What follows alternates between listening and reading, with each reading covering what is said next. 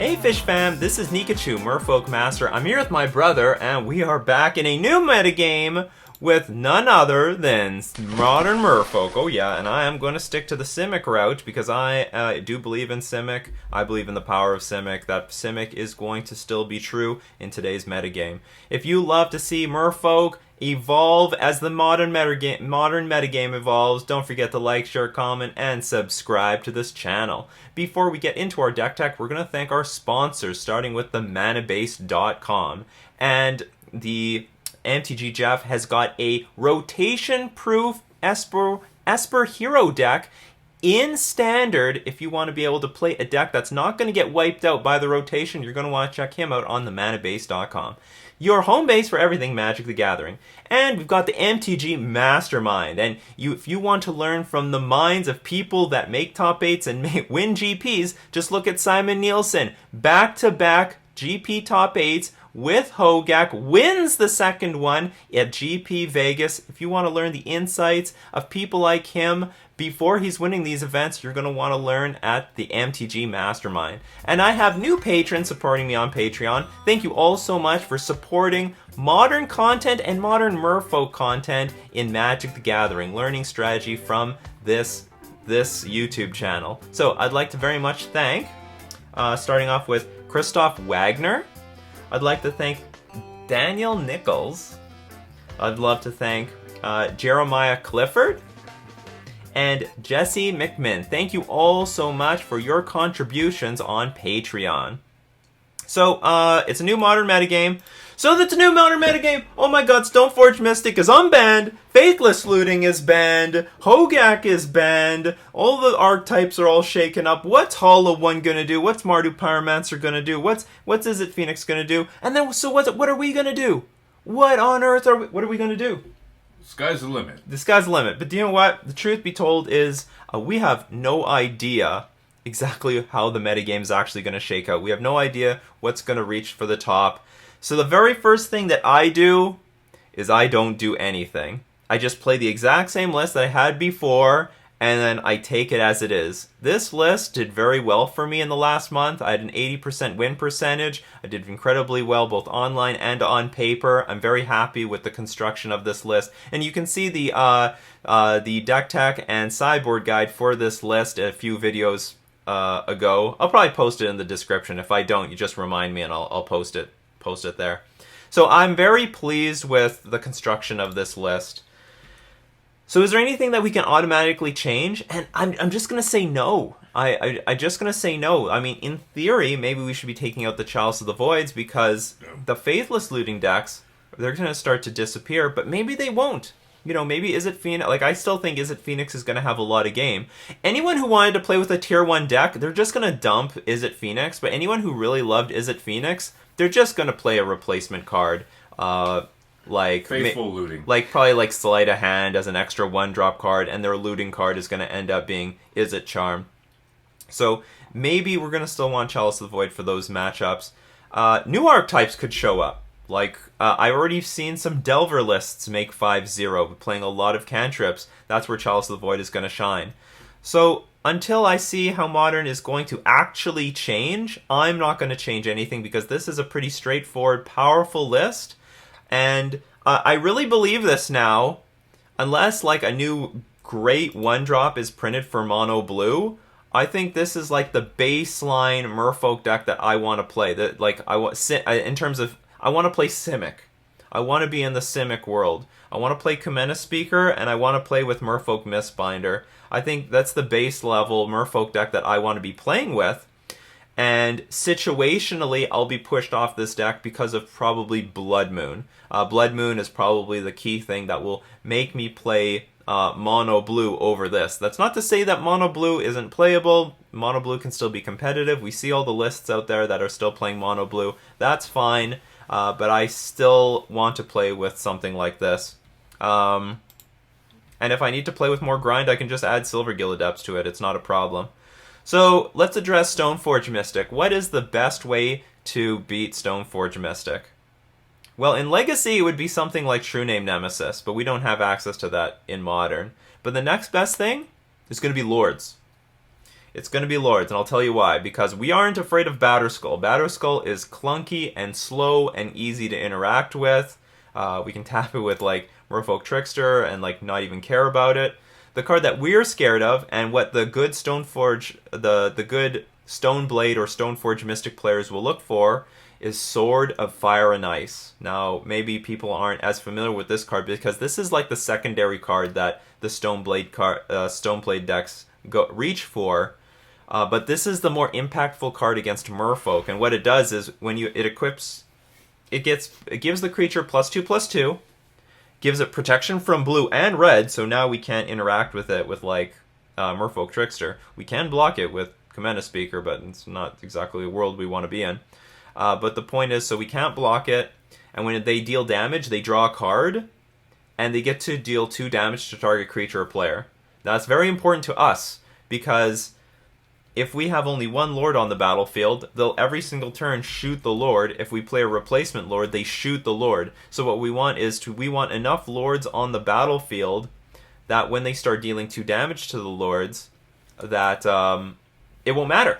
It won't matter. So if we have, and we have to not only play around the 2 damage from Sword of Fire and Ice, but we also have to play around extra removal spells. So if we have 3 Lords in play, which is not out of the question if you have enough in the deck. I mean, like, this deck is stocked with Lords.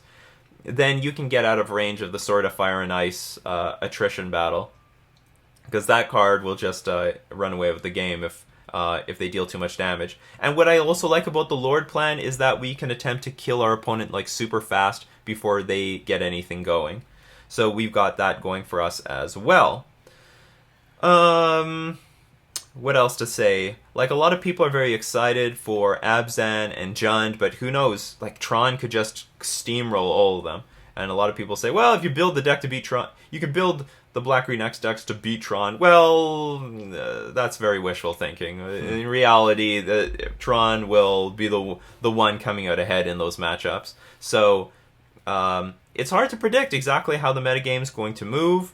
But if I want to beat Stoneforge decks, I do want to be on a heavy Lord build. I don't think I would want... Like, I'm still not... Okay, let's talk about Silvergill Adept. If attrition-based decks start rising up, there's definitely room to be playing Silvergill Adept again. Not to mention, a lot of people are still winning with Silvergill Adept. I'm not reaching for it because through the Hogak metagame, I learned that this is a very playable build of Merfolk. And I've had a lot of success with it. Trimming the Silvergill Adepts and the Mutavaults and just having a very clean mana base and curving out to a very powerful start. There's a lot of advantages to threatening to kill your opponent by turn 4.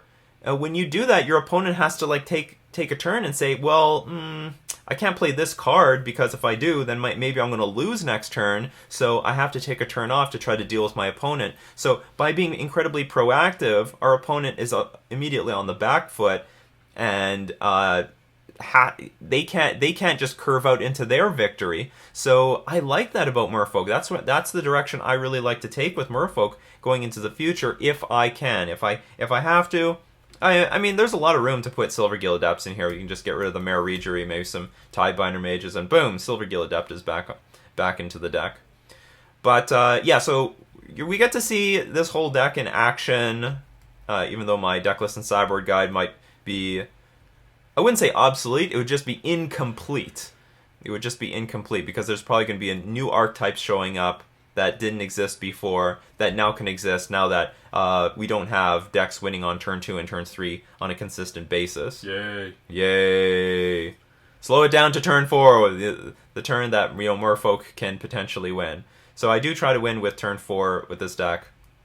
Not the long, grindy Merfolk deck that we used to play. And also, just a heads up for the channel, I am going to alternate between Simic and Mono Blue each week, so you're going to be able to get the best of both archetypes. So for those who want to stay on the Mono Blue train, and I know a lot of people are still trying to build Mono Blue in the first place, don't worry. So I won't be dumping any of that content, and but I will be alternating, because I do think, so long as Blood Moon is not a prominent deck in the metagame, I think this is just better.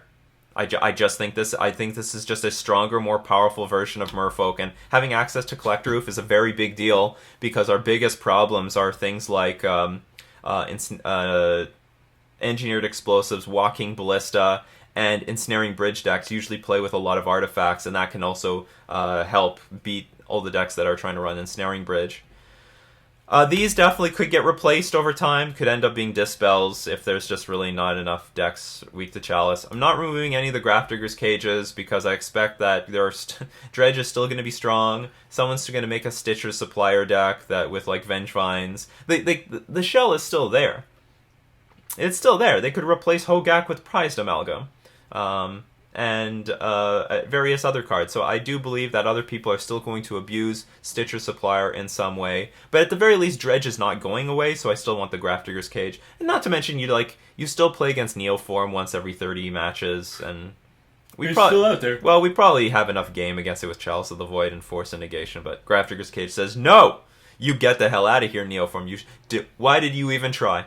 Why did you even try? I'm going to punish you for even deciding to win the game on turn 1. They deserve to be punished. Absolute punishment. Those Neoform players, I mean... Scum. Yeah, they're basically scum. They're basically scum. Trying to win the game on turn 1. How dare you? What are you trying to do to Magic? So, no changes yet until I'm forced to change. And you know what? Maybe we'll go 0-5 in this league, and that's fine. I'm gonna learn. I'm gonna learn as we play one game at a time, and I don't think I'm going to have a clear idea what the best Merfolk list is going to be, probably for about a month, because it'll take a month for people to find out what's the best build of, like, Abzan with Stoneforge Mystic, what's the best build with Blue-White with Stoneforge Mystic, what's the best build of Jund in the new metagame, and even if they find the best build, maybe the archetype just isn't playable at all, and so we're going to see big shifts in deck design, and then archetypes rising up and down. But then after a month, probably, it's still...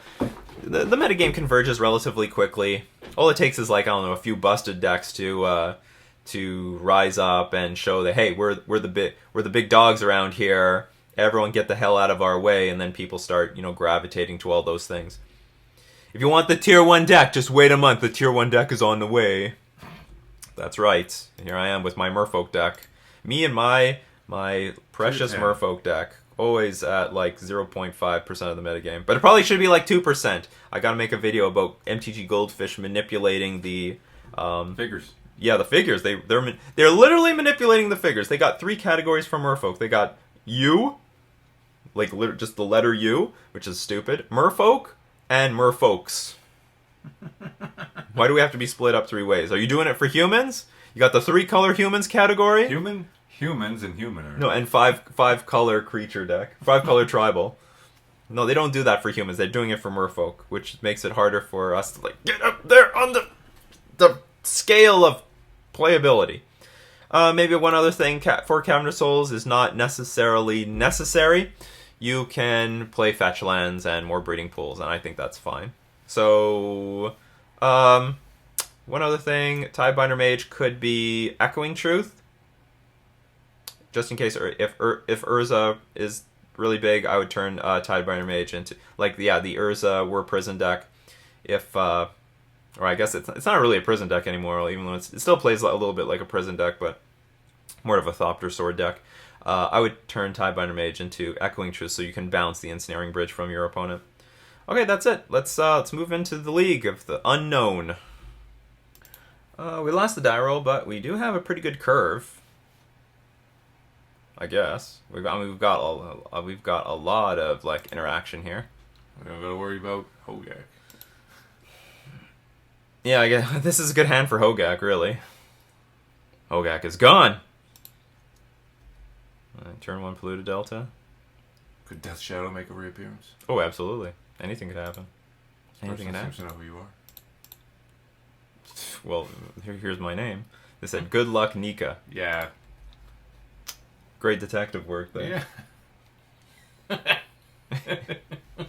You cracked the case.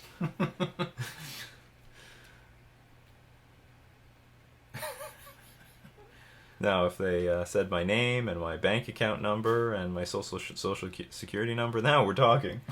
Now they know me.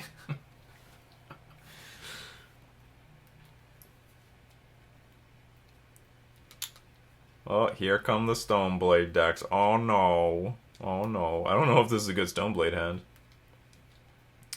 Again, I would like to have, like... Ooh, Bant? We're going Bant here? Are we going Bant? Go Bant or go home? I like the Benthic Biomancer, because that gives us something to do next turn. What's the green for? Because now I'm like... I sort of want to hold on to this Tidebinder Mage. Yes.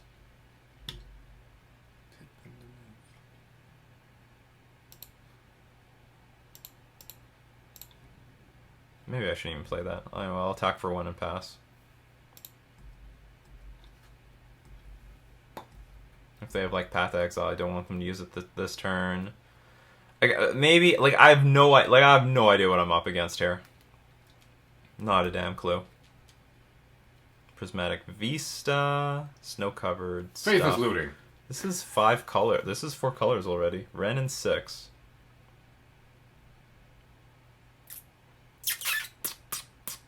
Okay. So I'm guessing they could still have Path. But anyway, so we're going to save our little booby. Save our little Kamina Speaker by throwing a Trickster out there. Ha. But they could easily just Path to Exile the Trickster, which they don't!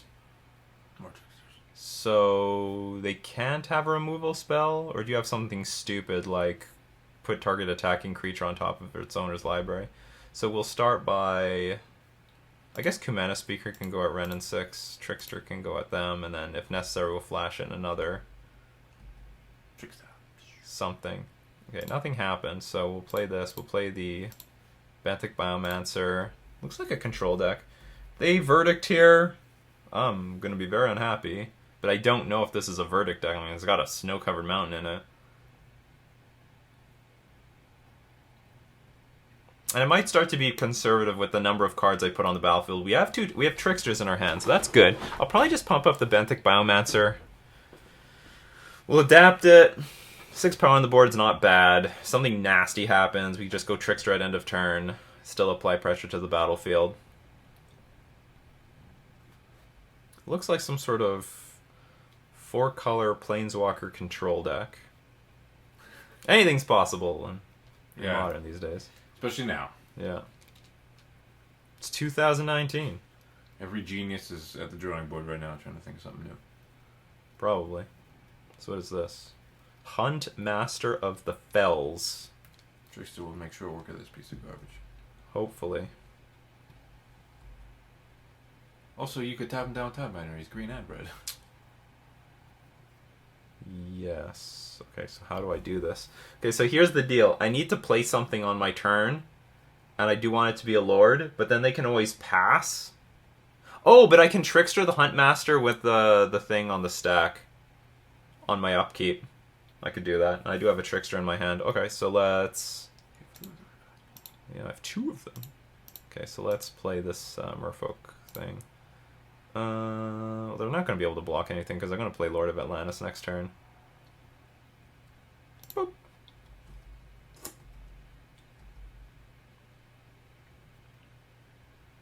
Awkward. Well, I could draw something off of Waterlog Grove here, Or then play the Sanctum. No, I think I want to have access. I want to have access to more mana next turn. It's okay. I just hope they don't Supreme Verdict me or something here. So now, even if they pass the turn with the Huntmaster trigger on the... Well, I don't know if they can even afford to do that. They're in so much trouble. They have to kill this Lord of Atlantis.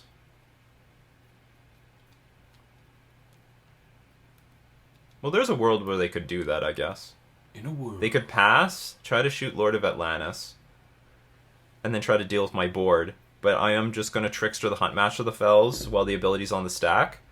And then when it transforms, Ravager of the Fells will just be a blank nothing. Well, they're going to learn. They're going to learn. They got to learn the hard way. Well, all the sweepers are sorcery speed, so. I have a feeling this deck plays Teferi. We just don't see it right now.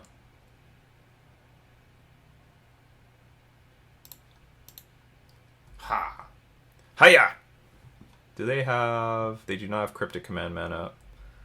I don't even know what this deck does.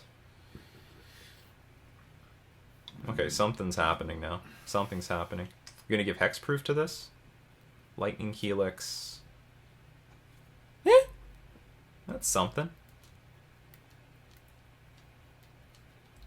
Only one blocker available. Okay. Not for long. Lord will finish it. And what's great is this thing has flipped already, so it can't shoot future things. So we'll keep this breeding pool in hand to sacrifice to the Benthic Biomancer. What's better? I Tidebinder Mage this, attack for... The problem is they probably have that stupid Fang creature in hand. So they draw a card and eat something. This is harder than it looks.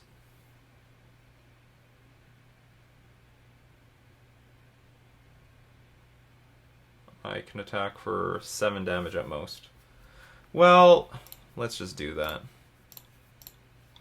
At most, and we'll probably attack for 5. If they've got that Fang creature.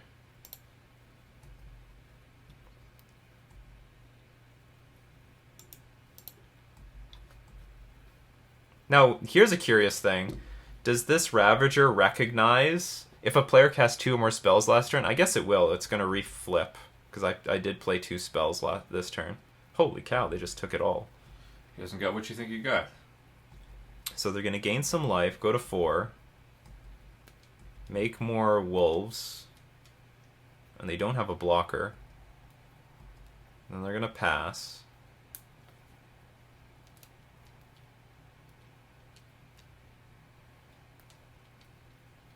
Huntmaster of the Fells traditionally is a card that's good when you're ahead and then just not enough when you're behind. And I would assume I'm ahead here, but I would like one more Lord to prove that.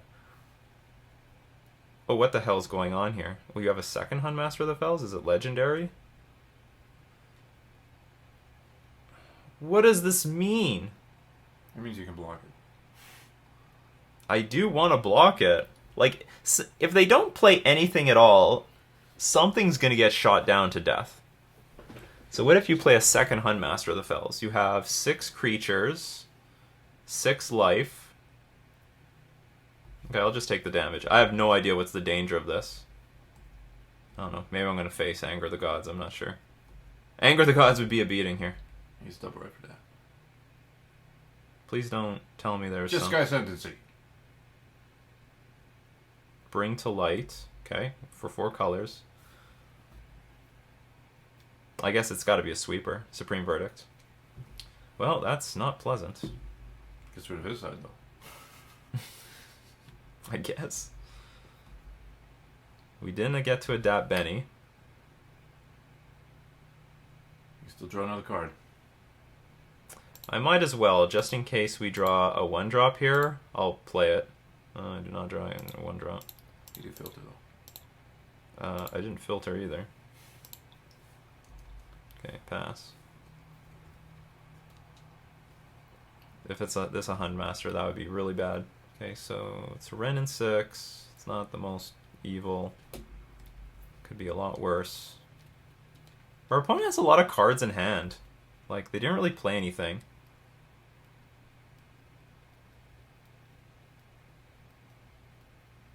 Is this 5 colors? Black, white, green, red, blue. Yeah. Each one sacrifices a creature, you gain life. So this is just a 5-color control deck. Spreading Seas. Let's hit... well, hitting anything probably doesn't matter. But just in case, we'll go after this one. Go after the swamp. We'll play The blue mana. Or the green mana. pool. No, pass.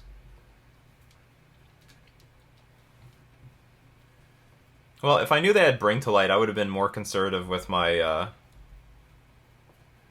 with how I played this, but I did not know that existed. I don't, because you can't let a Huntmaster of the Fells get out of control. So what is this?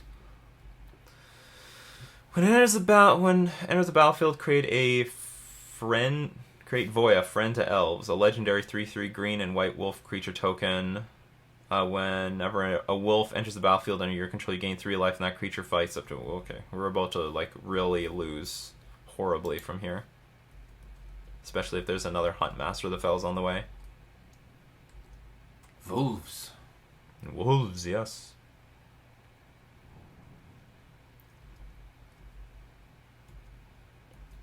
All things considered, I'm not concerned at all about this deck. It looks really clunky, and if I had like a Lord curve out, probably I could win easily. Or just one more Island Walk Lord, I guess. Instead, I had all the just Grizzly Bears. So there's I knew it. I knew there was Teferi. I knew you were around. I could smell you from a million miles away. I could smell you from, like, the future and the past. All planeswalkers are stinky. That's why we don't play with any. Yeah. Yeah. All planeswalkers. They never clean their clothes. You ever see them without these clothes on? No, they always have the same thing on. Well, actually, there was this one website. What? Oh.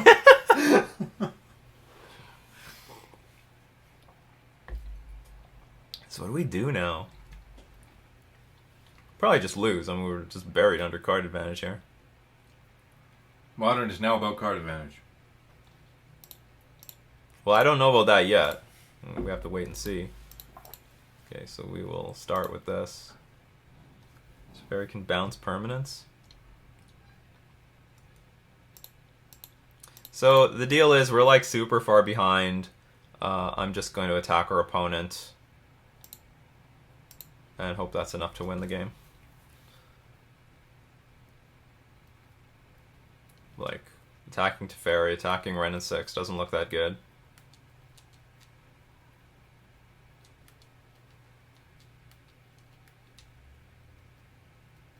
And like anyone who says, well, we could really use Silvergill Adapt in this matchup, like, really? Do you think we could really use Silvergill Adapt in this matchup? Like, I don't know about that anymore. Like, that's why I'm not reaching immediately for Silvergill Adapt again.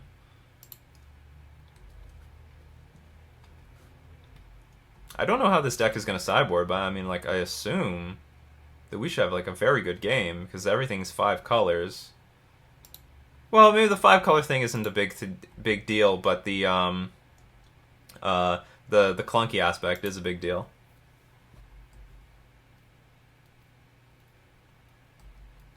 What if, like, Wrenn and 6 doesn't resolve? How well does your deck curve out? I wonder if... No, I guess Tectonic Edge is, like, a really poor toolbox card for us now, thanks to Wrenn and 6, right? Wrenn and 6 just makes...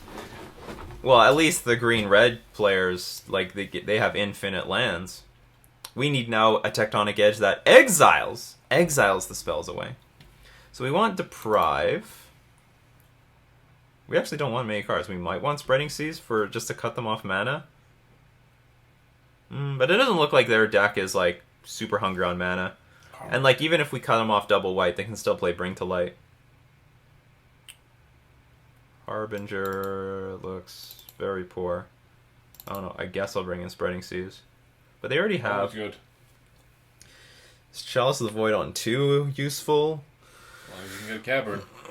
Probably not. Cavern. Harbinger can bounce Huntmaster of the Fells tokens.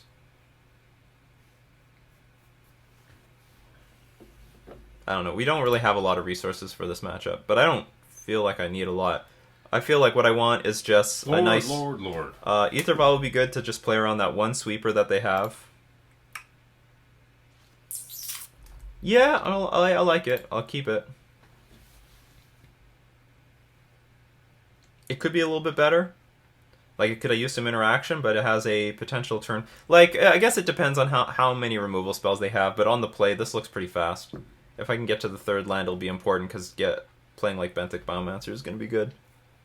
But I would like a little bit of interaction, like one Force Negation.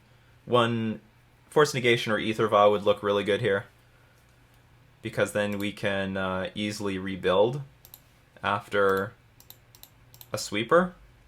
And potentially this deck plays any and all sweepers. They got all the colors. Yeah. It's like what do I call this? 5-color bring to light control?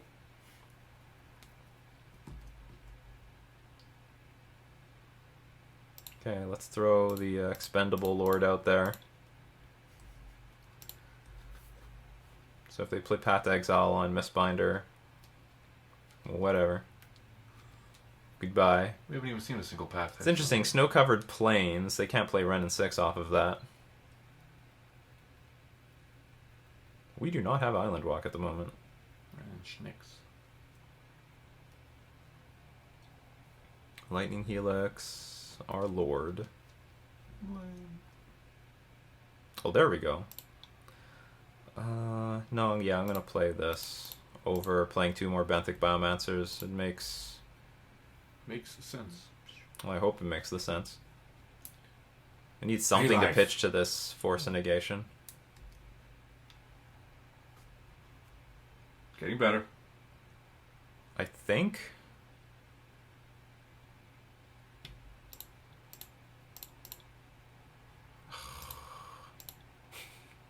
How likely do you have like another Verdict? So you're in range of playing Verdict next turn. And be conservative. 5 power. Alright. Let's be conservative. We can play a Trickster at end of turn.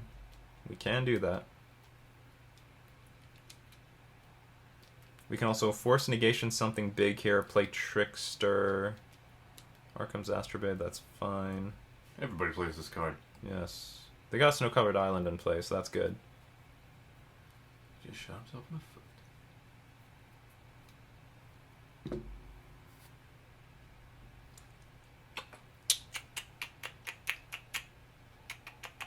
Could say no, and then he's all tapped out. I want to say no to Bring to Light, though, which I think is the key card in their deck. Like, I can kill this thing. That's the deal.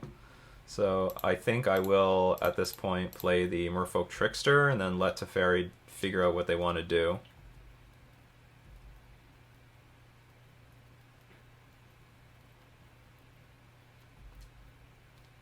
That is interesting. Be afraid. I'd be very afraid. I have 2 Force Negations. That's very good. So now we can...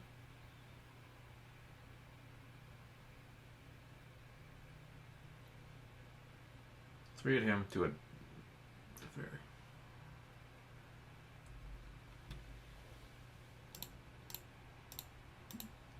Yeah, we're gonna kill the Teferi. And I guess I have to put another creature on the battlefield to threaten a kill by next turn. And I do want to. I do want to. I have 2. So we just force them to have Verdict or lose. Not exactly. They can play like Lightning Helixes on our turn. Like, I don't have lethal here. Bring to light. No, they don't have enough mana to bring to light. They also don't have many basic land types for bring to light. Okay, so we'll Force Negation this. Now he's mad. I certainly hope so. We have more lords, so let's just go for the win here. 2 pieces of mana. It looks like they're not like a deck that's playing 1-drops at all. So that shows the power of the lords.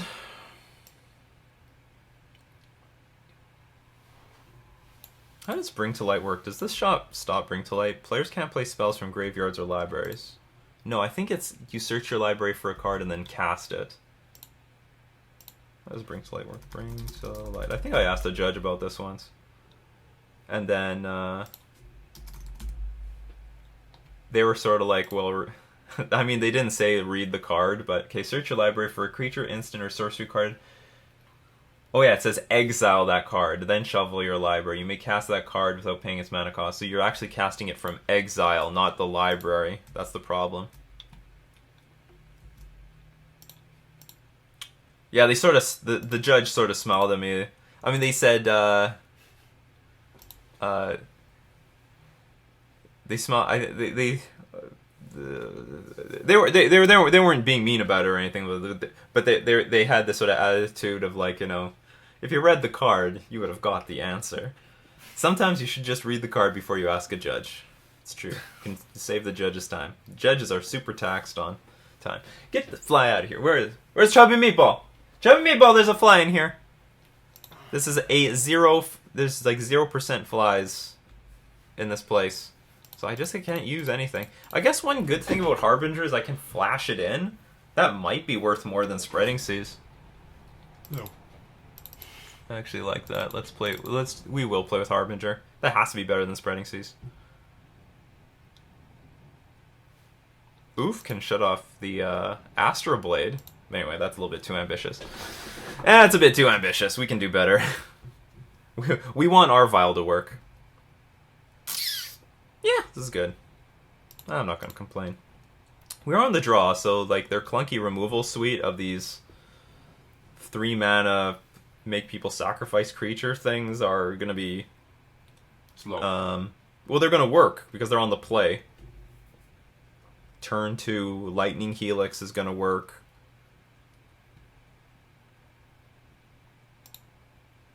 Everything's going to be way more effective because they're on the play now.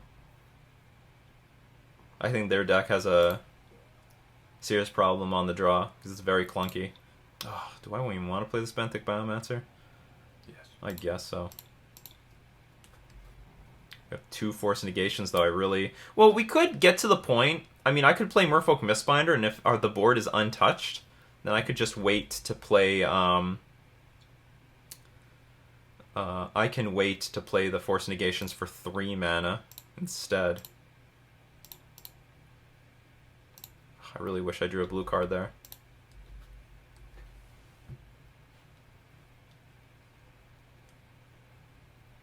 Because I really don't want to play Force pitching Force here. That would be that would suck.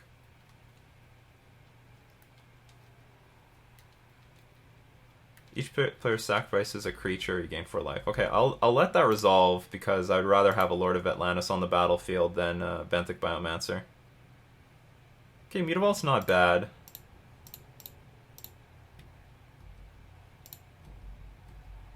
Opponent has every color of mana except blue. So now we can, if we untap, we have Force Negation up. They had Supreme Verdict mana there. Supreme Verdict. They had it. You gonna Lightning Helix something? You don't want to do it on my turn? Come on, blue card. Okay, I have a blue card. That's beautiful. So now...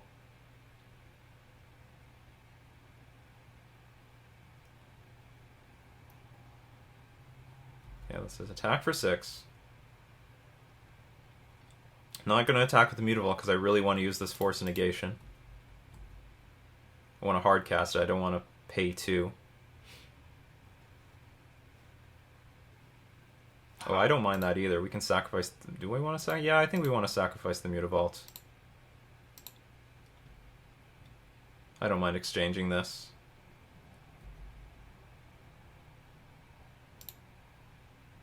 Yeah, I because it's taxing my mana, I'm going to want to sacrifice this Waterlog Grove at some point. Okay, we'll play the Waterlog Grove. He's just fighting to stay at 20 life. Yeah, fighting hard. It's quite the battle.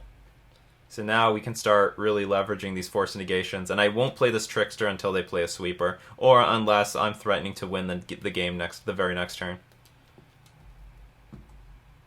Or do I want to say, screw all that, let's play it anyway? No, I'm not going to do that. I'm just going to hold on to the Trickster. Yeah, patience. Patience, patience, patience.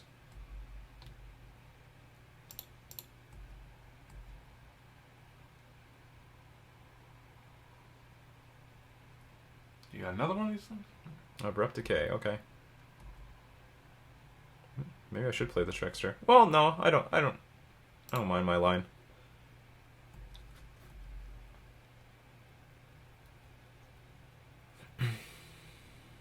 I guess I'm vulnerable to a random creature that they play, though.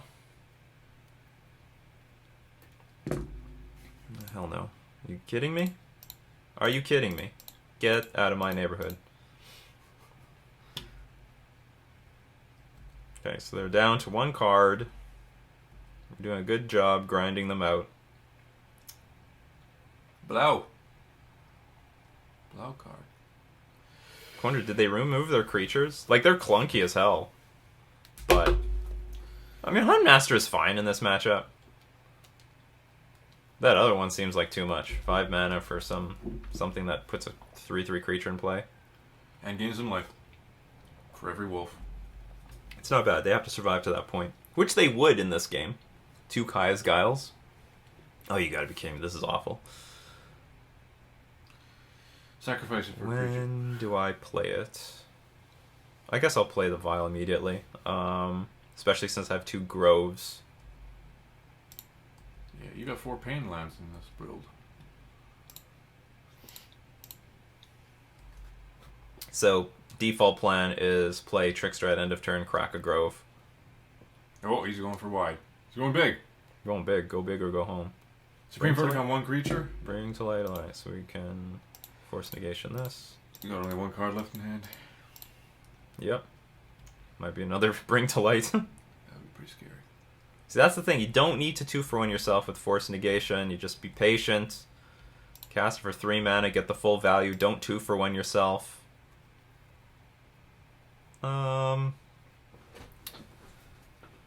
No, I don't really feel like playing this thing. Let's draw a card, though. You added mana, you didn't. I want my life back then. Rajiri. Okay, so this... I'm going to put this in play. No, I don't think I am. I just don't want to expose the Rajiri to a 2-for-1. I'd rather save it for another turn. Huh. No.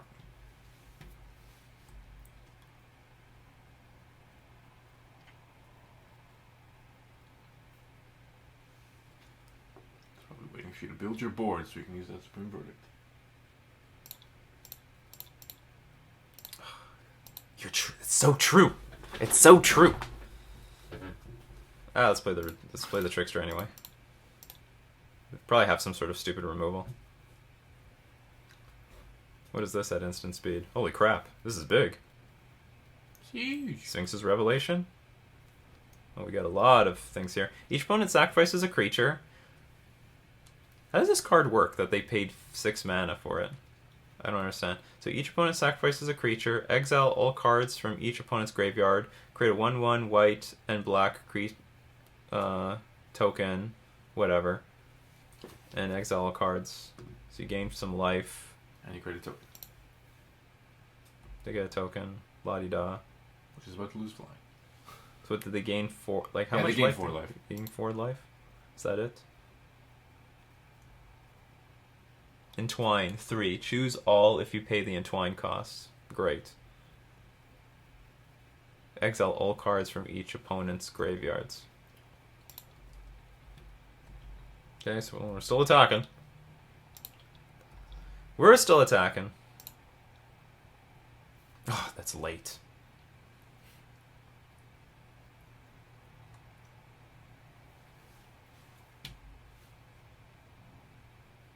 Trying to think, if I sacrifice the Waterlogged Grove now, does that change anything about how I play the rest of this turn? They only have... No, they have 2 red mana sources. They're doing pretty good on mana. One card in hand. No, they have only 1 green mana source, so if I could Spreading Seas this, that would be a big deal. You exchange Spreading Seas for Harbingers. Yeah, I'm going to sacrifice this. Also good. It's okay. It's okay. You're going to take that vial? On the turn that I plan to win, yes.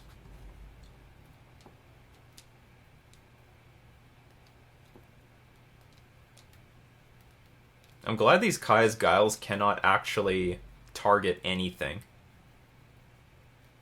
Just target player sacrifices a creature, I can sacrifice anything. This is not worth as much as this. So the deck lacks targeted removal. This is a really bad blocker.